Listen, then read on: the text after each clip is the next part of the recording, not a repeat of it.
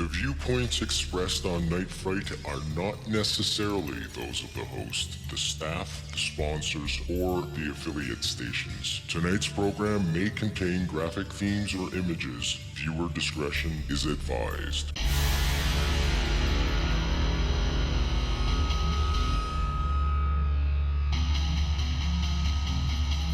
There is a time for question. There is a time for answers. There is a time to challenge. There is a time to speculate. There is a time for change. There is a time for truth. The time is now.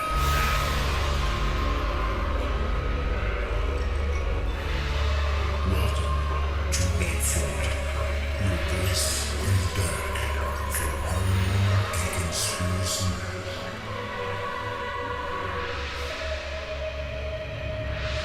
And now your host, Brent Holland.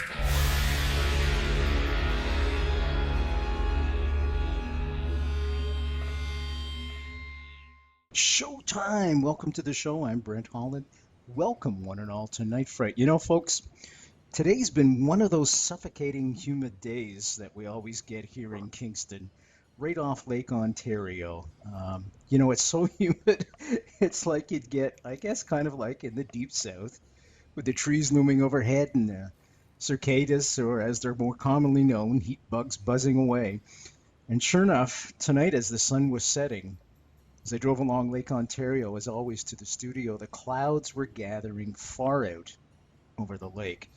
Now, there's a storm on its way tonight, and it is going to be a serious doozy. It's a good night to settle in, get the coffee going, get the tea going, get a beverage of your choice going, and here's some scary, true ghost stories. Pull the comforter way up, get ready. Richard Southall's here with his new book, Haunted Plantations of the South, and he'll be sharing some of those downright frightening ghost stories with us tonight and more. Now, Richard Southall, he's in Stonewood, West Virginia, he's joining us via Skype, is no stranger to books and stories about the paranormal. He is the author of two other fantastic books, How to Be a Ghost Hunter and Haunted Route 66. I'd like to welcome Richard to the show for the very first time, but certainly not the last. How you doing, my friend?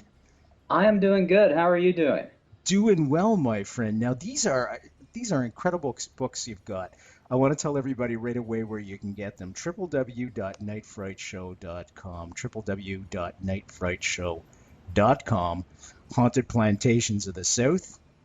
How to Be a Ghost Hunter. We're going to be getting to all these folks. And Haunted Route 66. You know, Richard, sometimes authors pick projects to write books about. Other times it seems that somehow projects seem to have a life force of their own. And almost like a living organism, they pick the author. Was this the case with you with Haunted Plantations of the South? Absolutely. And actually, the story goes all the way back to when I was a teenager. Turns out I became involved with the paranormal when I was in my mid-teens. We had moved to a small town outside of Point Pleasant, West Virginia. That's where the Mothman. Sure. Oh, yeah. So about 20 minutes away from that. Turned out that I moved into this small farmhouse, and shortly after, we realized it was haunted. And I actually was fascinated by that and started to talk with other people, neighbors and so on. And actually, my first investigation was in regards to the Mothman. Now, that being said, I've always been fascinated by legends, by ghost stories that eventually led to writing How to Be a Ghost Hunter, followed by Haunted Route 66, and most recently, Haunted Plantations of the South. It turns out that, as you said, sometimes your life chooses you rather than the other way around, and that was absolutely the case, especially with Haunted Plantations of the South. Well, you've intrigued me already. Now, I want to go back to the very beginning of it all that you just mentioned. Now, you're in your farmhouse, living there, and all of a sudden, what happens to make you think that it's haunted? We had lived there maybe a month, and we started noticing sounds coming from like steps, like somebody stomping from the top floor down to the first floor. At first, I thought it was my brother playing a joke on me. He was a few years older than me, so it turns out that, brothers will do that. Now, one day, we were actually watching TV together, and it turned out that we heard the stomping. And we both looked at each other and realized there might be something more to that. Now, we'd been there a little bit longer, and turned out there was actually an apparition of I believe it was a Confederate soldier, but again, that was, 30 years ago. Time flies. And so that being the case, I ended up speaking to some neighbors and just talking nonchalantly. You know how that goes. And apparently that was not the first time there had been a reported haunting. And so always very curious. And from then on, started talking to other people, and that's where I got involved with the Mothman.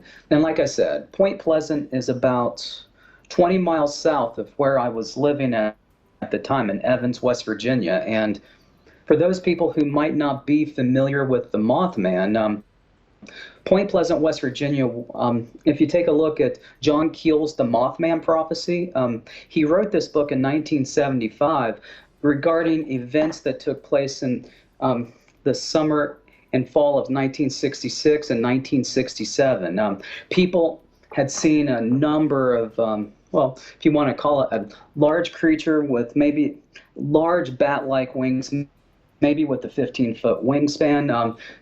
People had been chased by this Mothman. Dogs had disappeared, so on and so forth. And it finally accumulated on December 15th of 1967, where it was seen above the Silver Bridge shortly before it collapsed close to Christmas, killing several people. And after that, the Mothman had not been seen again in the Point Pleasant area. So, and stories like that intrigued me. And from then on, from the time of an early age, I became a ghost hunter. So, and it's true, isn't it? Because a lot of these stories are part of our cultural heritage, without question.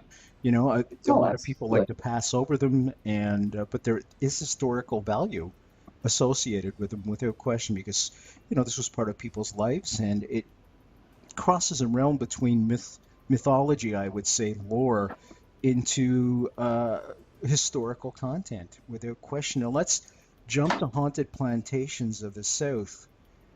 Was this a natural extension for you after writing Haunted Route 66?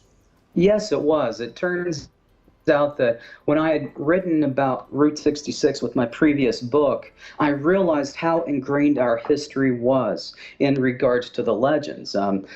And I decided to go a slightly different direction. Now, there was a great deal of emotional content in regards to Route 66. That's usually whenever there's a haunting, there's an emotional connection with it. So after doing some thinking and figuring out which would be the best way to pursue this, I came to the realization that Plantations of the South might be the next step. There's a great deal of history. Some of these plantations go back over 300 years. There's a great deal of an emotional connection with these places. I mean, you have plantation owners that have literally dedicated their lives and have lost their lives for the pursuit of their plantation. Unfortunately, you have a number of slaves that had passed on. And considering the Civil War, many of the battles had actually taken place on the lawns of these plantations, of right in front of the mansions, which in many cases were actually commandeered as generals' offices, as mobile offices, or more frequently as field hospitals. So obviously there's an emotional connection, and so many ghost stories connected with it. Now you're in West Virginia. Was there one in particular that might be in close proximity to you that you can remember the story of that tale?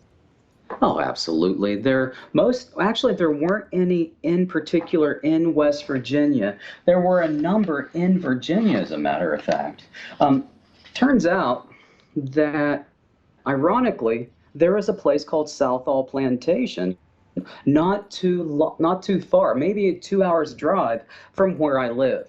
And after doing some genealogy, I discovered that I might be related to the founder of the plantation. It's called Piney Grove at Southall Plantation. Now, after doing some research, I learned about the history of Forney Southall.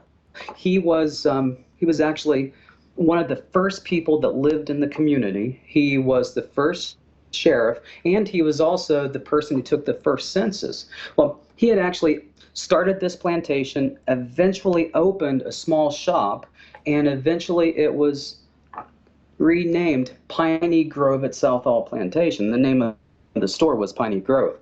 Now, after speaking with the owner of the plantation, which has been turned into a bed and breakfast, by the way, I certainly plan on going there in the near future when my schedule allows.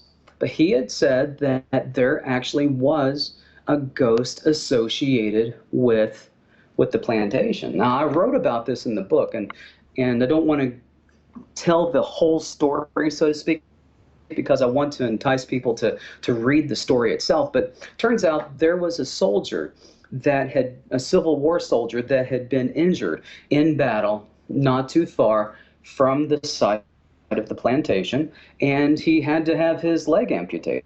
And sometimes whenever people were injured on the battle, the amputation took place on site without anesthesia. Needless to say, it was very painful. But anyway, this gentleman was able to get a job as a caretaker or as a storekeeper for the Piney Grove General Store. Now, he had been given a prosthetic leg, so there was a distinct thud whenever he walked. And he had died, actually, I believe it was in the early 1900s. Correct me if I'm wrong, but I believe it was 1913 that he actually passed on. Now, shortly thereafter, there had been apparition seen of the man walking on the porch, and also the sound of him walking throughout the entire store itself.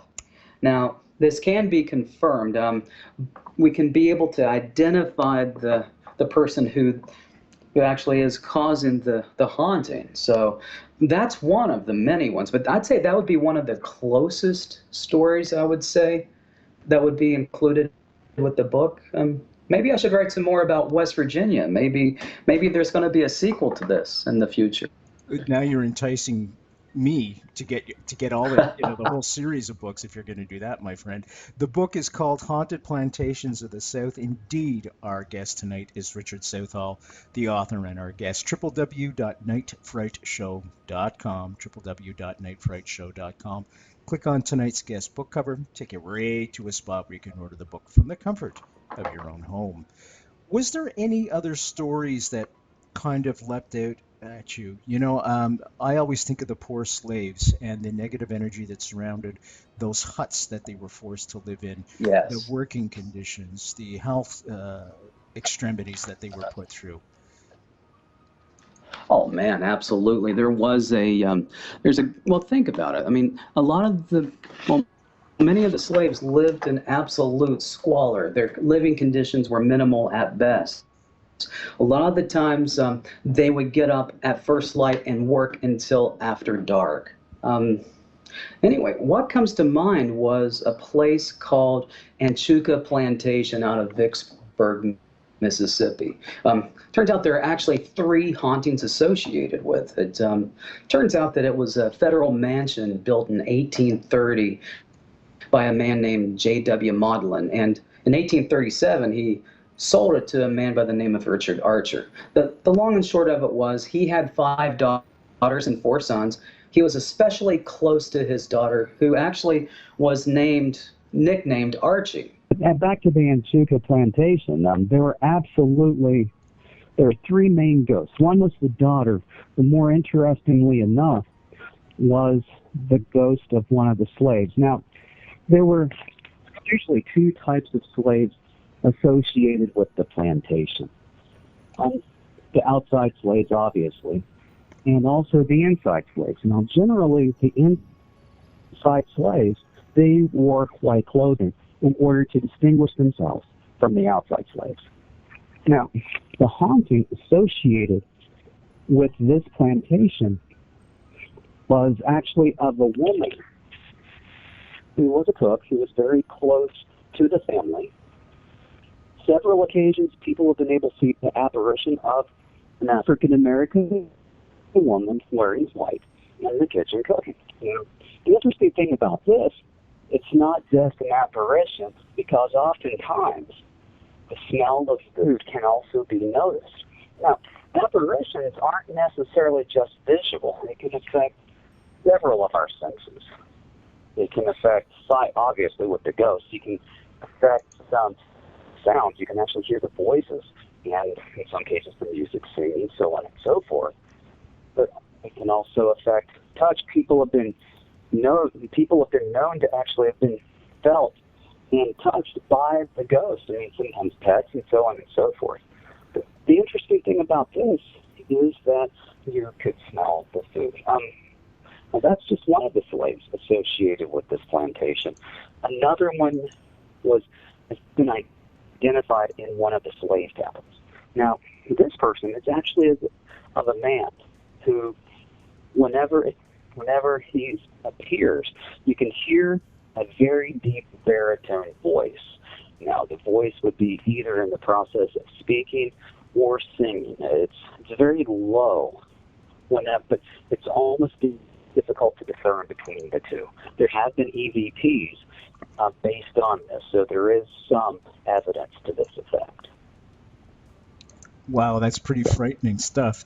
Were you able to hear any of the EVPs? I'd be curious to what they had to say. No.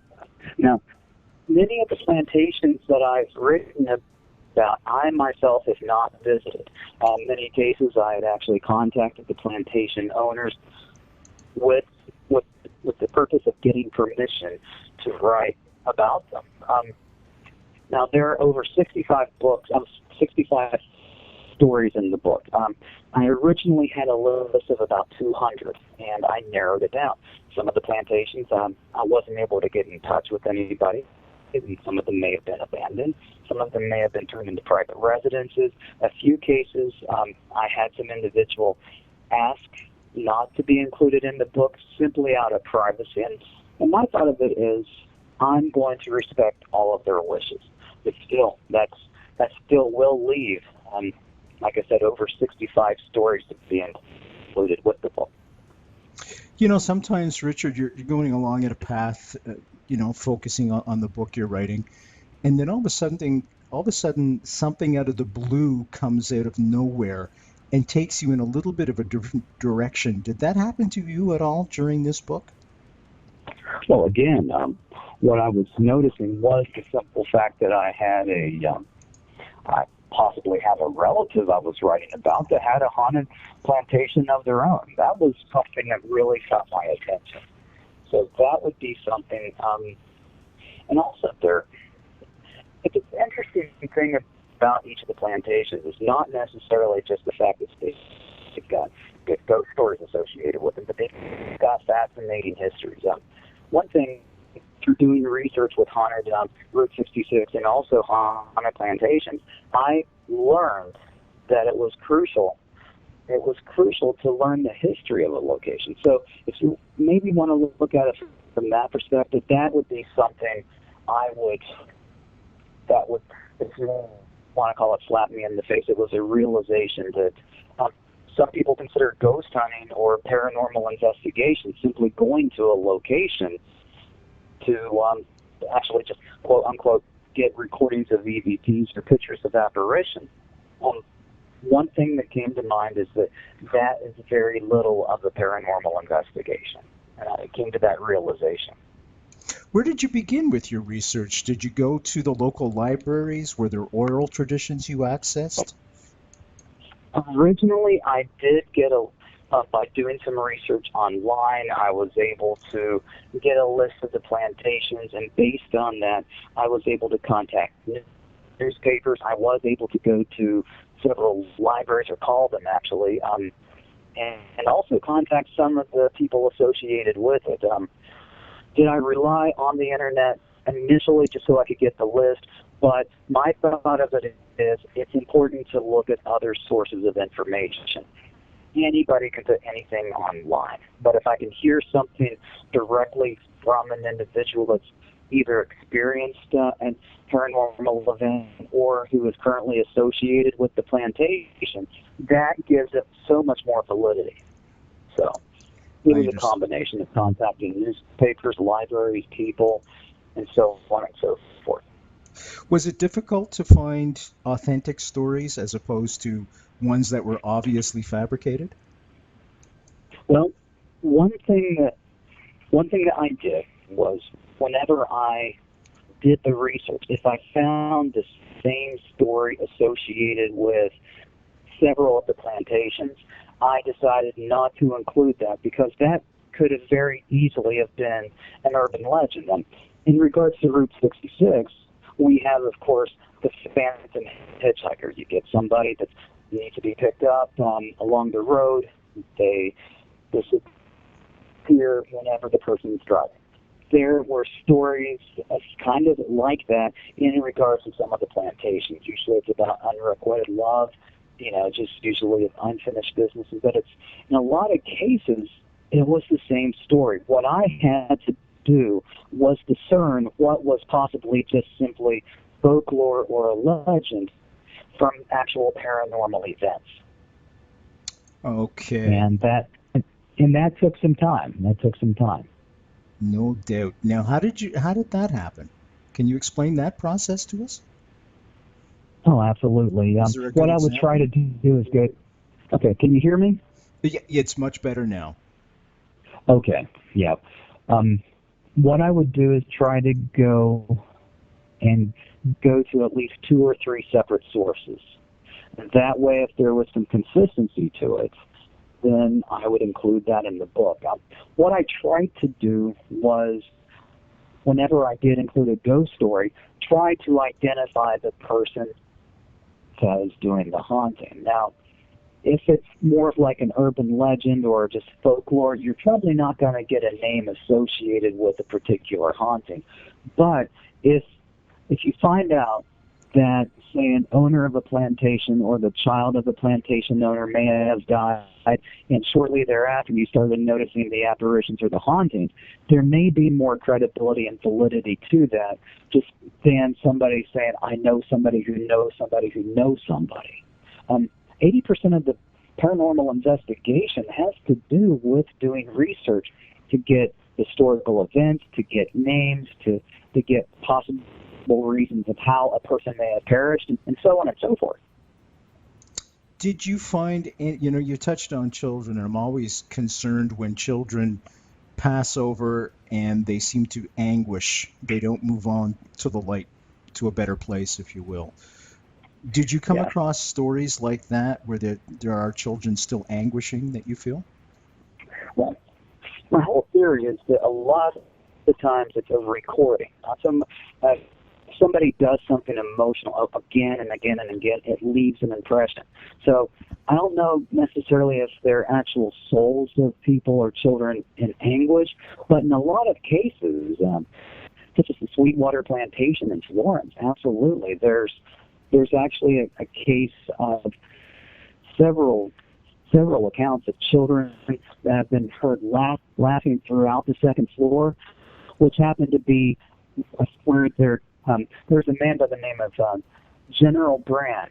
He ended up starting the plantation in Florence. He had 2 children that ended up that their bedroom was on the second floor, and after he lost ownership of the property and after his children passed on, that's whenever the children could be heard laughing. There had been apparitions of younger children, probably about the age of 10, and it turns out that even again to this day, you will get the recordings. But as for anguished souls, I think that happens in very few of the hauntings, at least the few that I've actually experienced.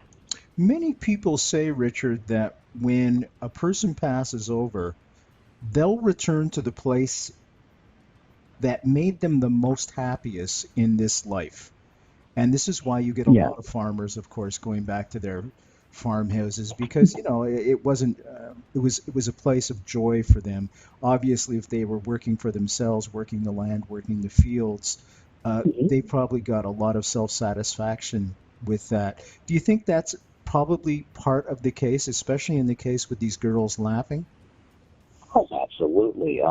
Now, that being the case, some people believe that a haunting has to take place where a person died, and that's not necessarily the case. In this particular case of Sweetwater, if I'm not mistaken, the children actually grew up and they moved on. And again, exactly what you're saying, the spirit or the ghosts tend to be connected with that sense of happiness or a sense of belonging. So I think that happens. There's actually another story, a place called Edgewood Plantation out of Charles City. Now, turns out that back in 2001, there was a guest that came to Edgewood, which had been turned into a bed and breakfast, and she wanted a quiet place just to relax, to be away from everybody. Now, she said she was a sensitive and she could pick up on spirits and ghosts. Turns out the next day she came up and she complained to the manager, the innkeeper, that she had been kept up by people trying to speak with her from beyond the grave. So the manager ended up moving her to one of the slave cabins that had actually been converted into a bedroom. Now, the next day, the lady ended up coming in irate, and she decided to leave because it turns out she had spent most of the night talking to a young man by the name of Aaron Young. Okay, a simple name. And then after doing some research, it turns out there actually was a man by the name of Aaron Young, and he was actually a Confederate soldier who was in Virginia's 20th Regiment. Now, turns out that he actually did not die near the Edgewood Plantation. He died in 1913 in Wirt County, West Virginia, which is only about an hour from where I live. So that goes back to what you were saying. He had such an emotional connection to the area connected to Edgewood.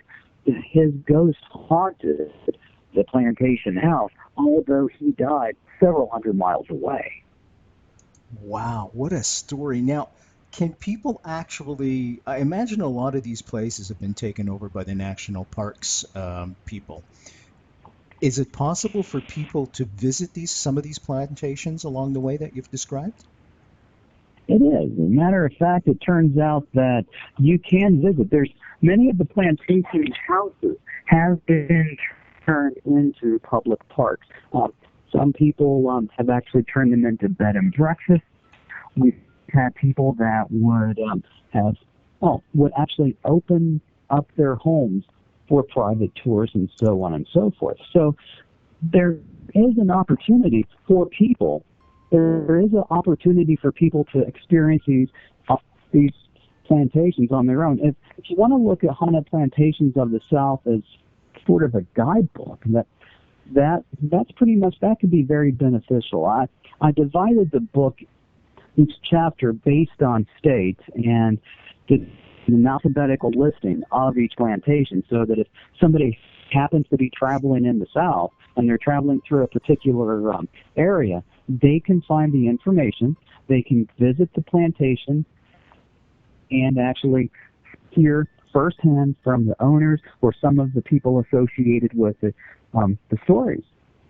That's a fantastic idea. The JFK Assassination, the definitive book by Brent Holland. From inside the Oval Office to Daily Plaza, first-person witness accounts. Order yours right now. nightfrightshow.com.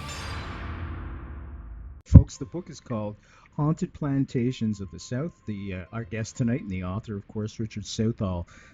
www.nightfrightshow.com. Just click on tonight's guest book covers. There are 3 of them, and you will be taken to a place where you can order them from the comfort of your own home. There's Haunted Plantations of the South, How to Be a Ghost Hunter, which we're going to get into, and Haunted Route 66. all three are terrific books for you to get, especially during the summertime. You know, the nights are long, and once the kids are asleep and settled down, what a better way to settle in with a great book about true ghost stories. And you learn a little bit of history too along the way. It's just a fabulous experience. Now, I want to come back to some of the plantations. Now, you had mentioned that some of them had been turned into hospitals. And we all know Yeah. from experience that any hospital always has bad vibes, if you will.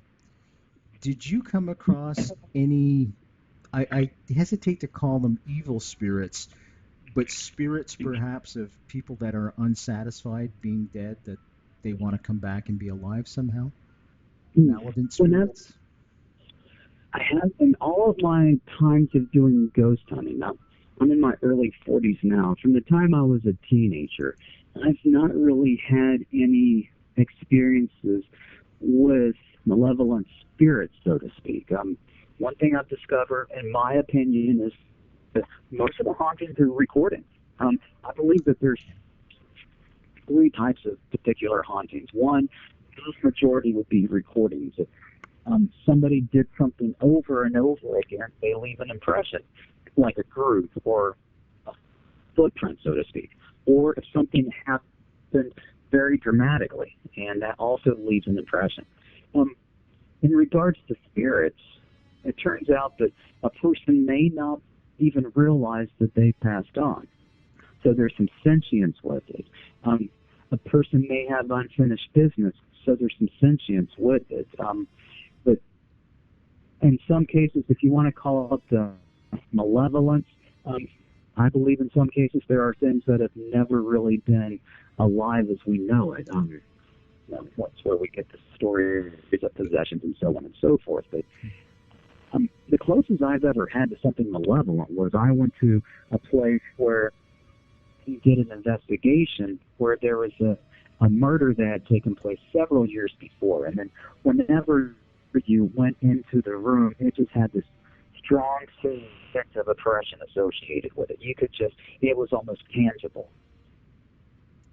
Wow. So And that would be probably one of my... that's the scariest one. Do you know the story behind the murder at all, Richard? It was just a crime of passion. It turned out that a man had killed his wife and just stabbed her, and it just they had trouble for a very long time, and it just turned out he was a very angry person, and he was jealous, and one day he took it out on her. I've heard that as well, that if you're angry and kind of a creep in this life, chances are you're going to be angry and a creep in the next life too.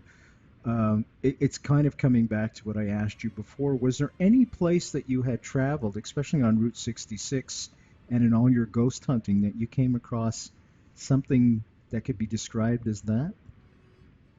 Not really, no. My thought of it is, especially coming from my background, my day job, if you will, is I'm a therapist. I tend to help people solve their problems, so to speak. But what comes to mind is that ghosts were people too. Yes. So if that makes any sense. It sure does. So I've not really had any kind of bad experiences. So Route 66. maybe I'm lucky.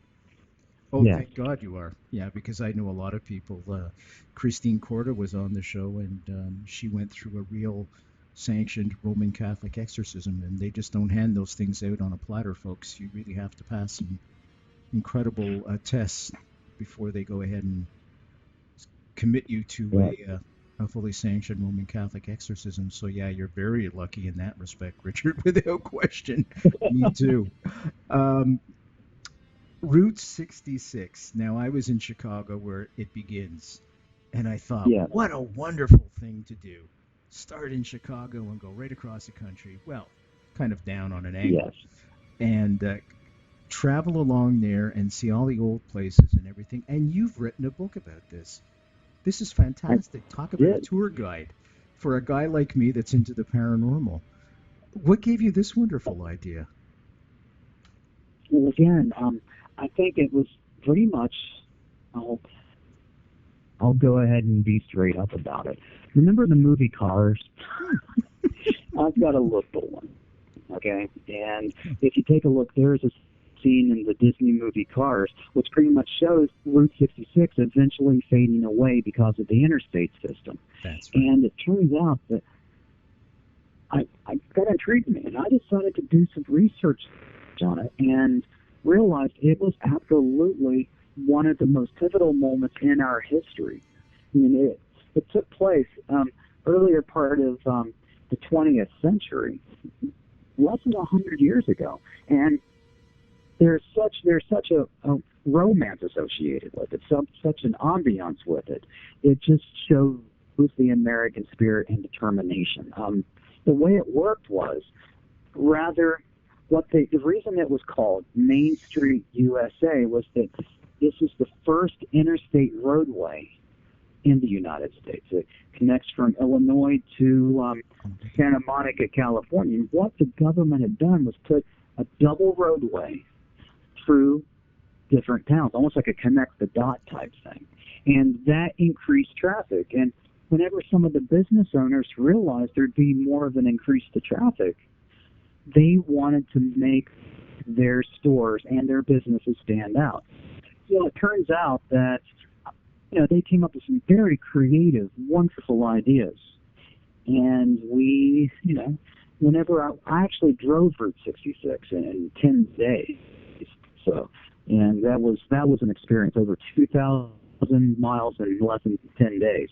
And I got to meet some of the most wonderful, beautiful people I had ever met. Their personalities just exuded creativity and just pride. And when you have an emotional connection, my gosh, yes, you're going to be having ghost stories and legends associated with it. Where would you recommend people starting off in Chicago if they wanted to take your tour, if you will? Yes, they would start out in Chicago, and they'd actually work through 8 states. Wow. And yes, and what I ended up doing, one of the states, it turns out there was only, there's over 2,000 miles of Route 66, and it traveled through these states. And whenever I did the book, I was intrigued, first of all, about the ghost stories, but again, I wanted to take a look at the history behind the ghost stories, and also in some cases get into the whole thing about the conspiracies associated with it. Some people believe, for example, that let's use the example of John Wilkes Booth. Story, he's the assassin of Abraham Lincoln, and it turns out, according to history, he was chased down, and after he broke his leg, he was chased down, and eventually he was caught and killed. According to some, he actually escaped, and he moved to Texas, where it turns out that he took up residency as a local bartender and as a local actor. Now, one of the interesting things about Booth was that he would often quote Shakespeare whenever he was in everyday conversation. Now, this other man, who ended up just coming in from out of the blue, he wouldn't go into detail about his past or anything, but he would often also spout Shakespeare whenever he was in conversation. And it turns out that he was also involved with the theater. He was involved with being a local bartender, which would make sense because if there were people that were coming in to investigate, any kind of criminal activity, the first place they're going to go to is the local tavern. So that would give him a heads up. But anyway, this gentleman, he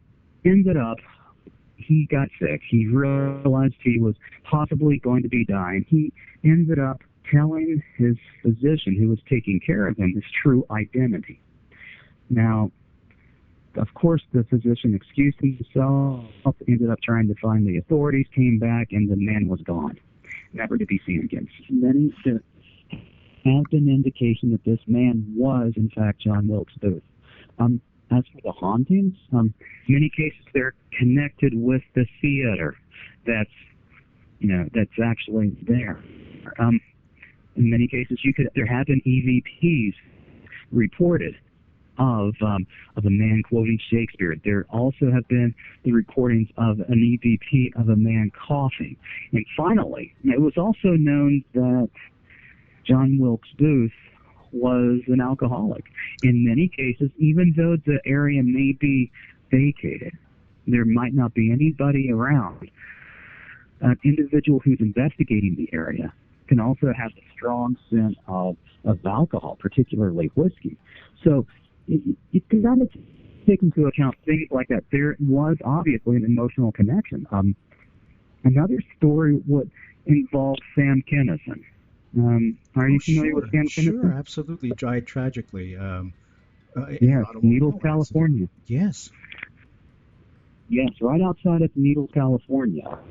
He was driving, and he was actually hit by a younger guy with a pickup truck, a white pickup truck, and I believe the driver was drinking. I mean, I think that's essentially what happened. That's exactly what it was. I was a young kid, 19 years old, who was drinking. And Sam Kinison, folks, if you look up Back to School with Rodney Dangerfield, he's in that. He was an up-and-coming, brilliant comic, and died far, far too soon. Sorry to interrupt you, my friend.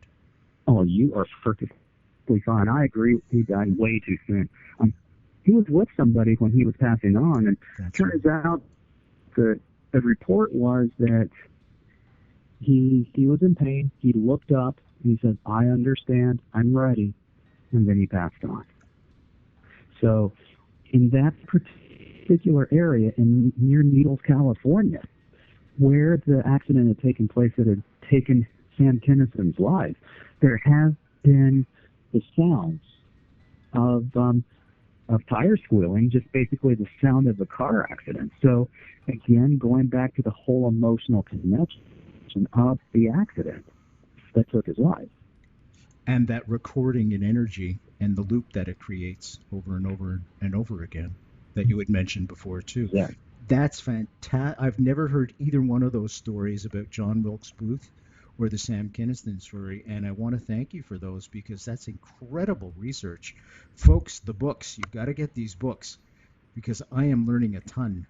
Haunted Plantations of the South, How to Be a Ghost Hunter, Haunted Route 66, www.nightfrightshow.com, www.nightfrightshow.com. Click on tonight's guest's book covers, and that'll take you right to a spot where you can order them and read these books during the summer. This is a fabulous time for this, once the kids are nestled down and asleep and you want to just curl in with a good book and scare the bejesus out of yourself with some true ghost stories.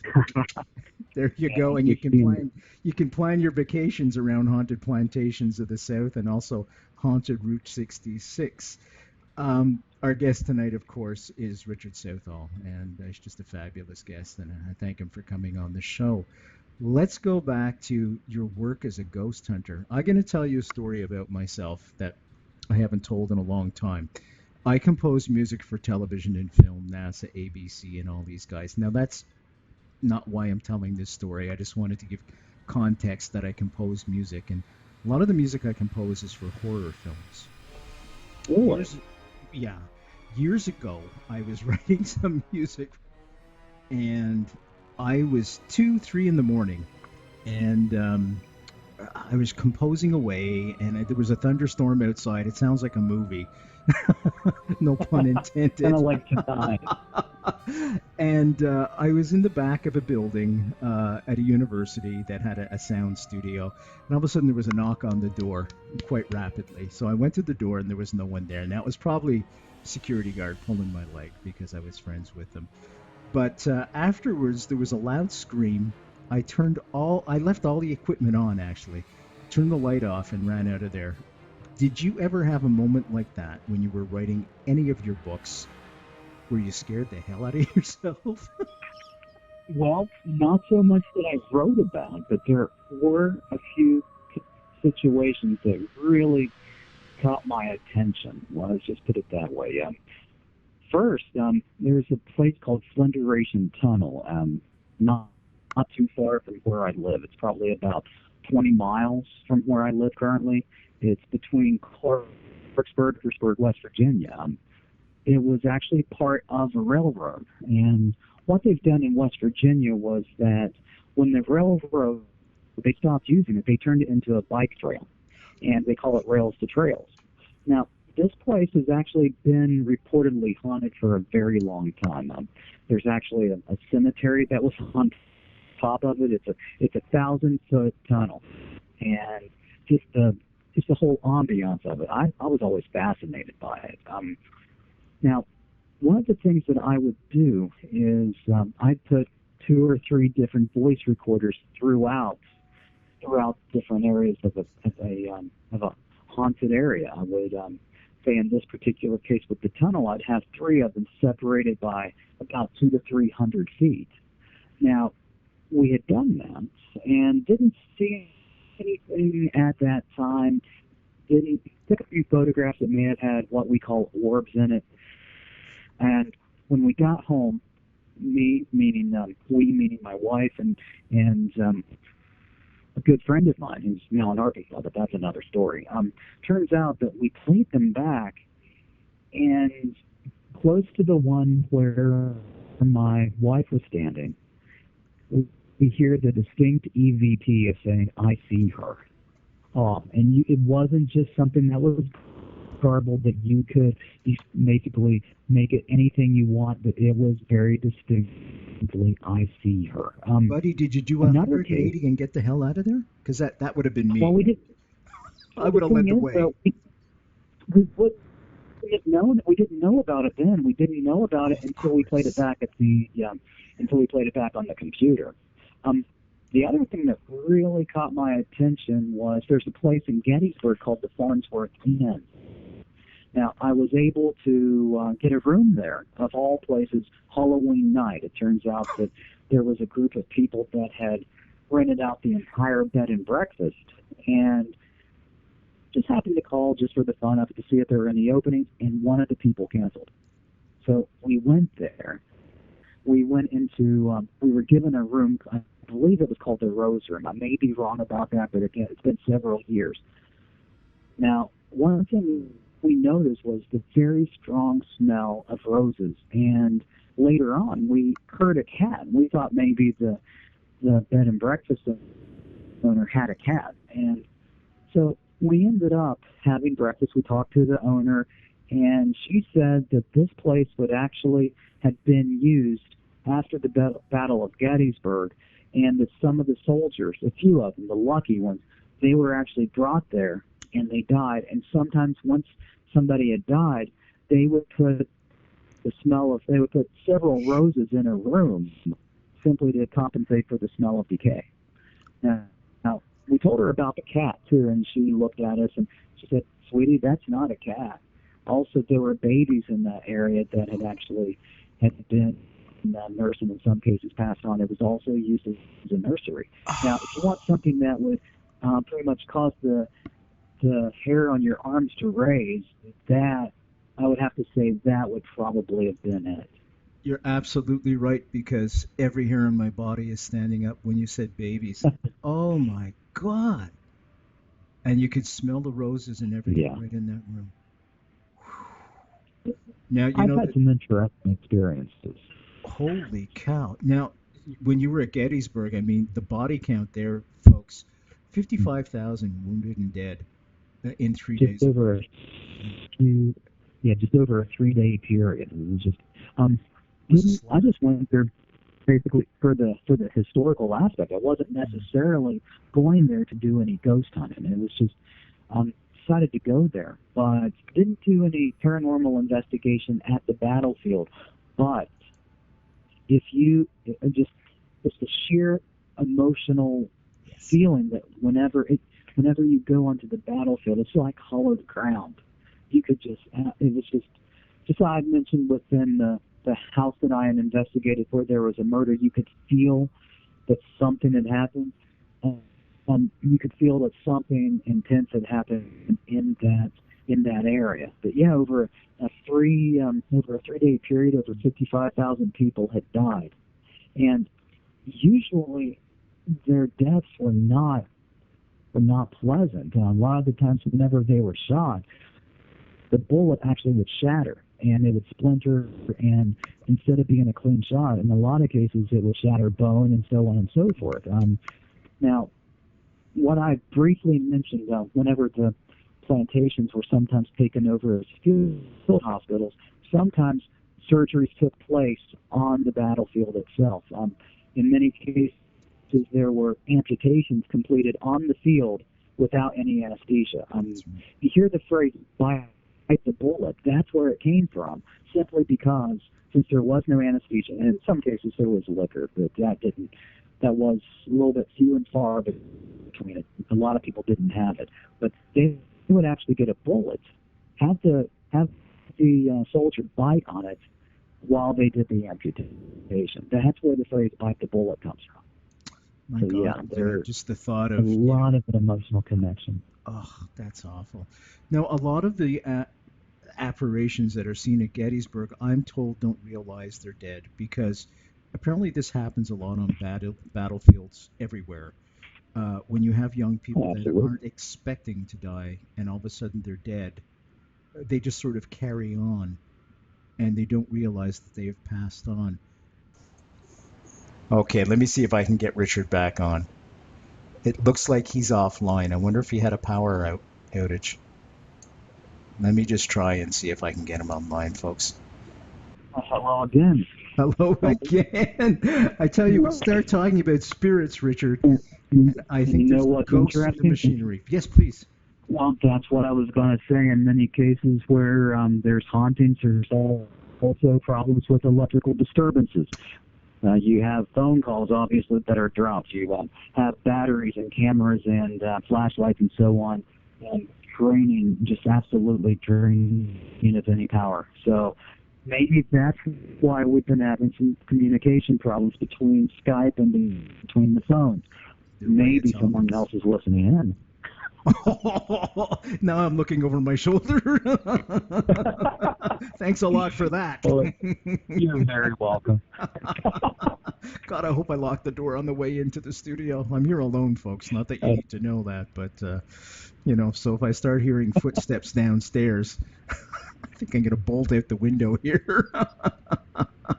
As you said, it's a perfect night. You got a storm going on. You got the heat lightning in the background. It's just perfect night for these great stories. Richard, I want to ask you an ethical question, one that I've asked many, many ghost hunters. We had just touched on the fact that Gettysburg, a lot of young guys died and they don't realize they're dead, as is the case with a lot of battlefields. I want to touch on 9/11 and Ground Zero in New York. Yes. Is it too soon to do any, I wouldn't call it ghost hunting, but any type of research for that area? Because so many people died so suddenly and unexpectedly. There must be some residue left over. Would that be unethical to do that? It might be too raw too soon. I mean, it's been several years. It's been, I don't know. I mean, would I personally investigate it? Possibly not, because, again, it's hollowed ground. So many people have passed on. Again, so many people were murdered that day, but there has to be some kind of residual energy there. I wouldn't be surprised if there was. Maybe the timing's not right. Thank you for your. That's just my opinion, but no, I agree. Maybe one day. Everybody I've asked that question to has said the same thing. Certainly not. I don't think in our lifetime. It's just too raw a thing. Perhaps we'll leave that for the next generation. Right. If there's trapped souls there, let's hope they find the light. We're going to have to start to wrap up, but I want to thank you so much for coming on the show. Folks, our guest tonight, Richard Southall, Haunted Plantations of the South. That's one book. How to Be a Ghost Hunter, another book, and Haunted Route 66. As always, www.nightfrightshow.com. Click on the book covers, get these books. You will not be disappointed. You will be chilled to your very bones. Thank you, Richard, my friend. That means a lot for you to say that. Thank you. Please do not be a stranger. Come back anytime with more frightening. I have a feeling we'll keep in touch. Okay, yeah, and next time I think I'll bring somebody to the studio with me. It sounds like I might have to make a road trip. Thank you, Richard. I'm Brent Holland from Night Fright. See you all next.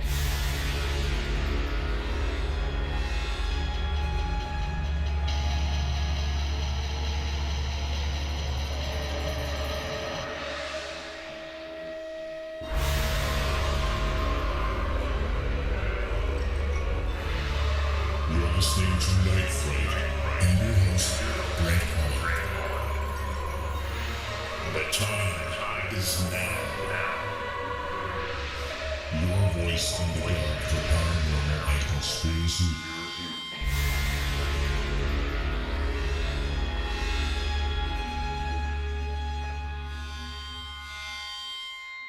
The JFK Assassination, the definitive book by Brent Holland. From inside the Oval Office to Daily Plaza, first-person witness accounts. Order yours right now, nightfrightshow.com.